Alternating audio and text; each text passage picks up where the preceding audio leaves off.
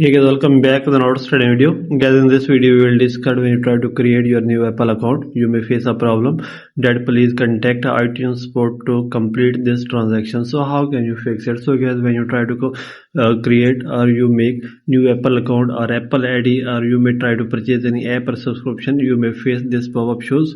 So we can fix it very easily. Simply guys, you may just go back and first of all guys, you may just open the settings of your iPhone or iPad, and guys, you make sure that you have an active internet connection. After this guys, if there is any connected VPN, you may disconnect that. Then you may click here on general, and guys, here the option of software update and update your iPhone or iPad to the latest iOS version. After this guys, you may go back and here is the option of date and time, so you may click here and click on set automatically, turn this on. Then guys, you may click here on language and region, and guys, here is the option of region, so you may select that region where you live. Then guys, you may go back and you may just restart your device and check that your problem will be fixed.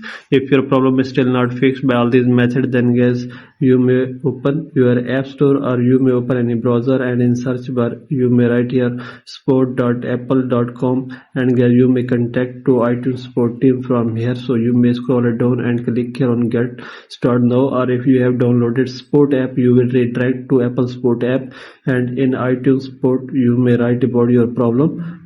So you may check, click here on search, and guys, you may just wait for some second. So here you may scroll it down, and here you will see that here is the option of call, so you may click here and you may contact to Apple support team or iTunes support team. So you may tell them your problem and they will fix it, and you can create your Apple account easily, or you may download or install apps in your app store easily. So by all these methods you can fix it very easily. So this is the video guys. For more videos please subscribe our channel.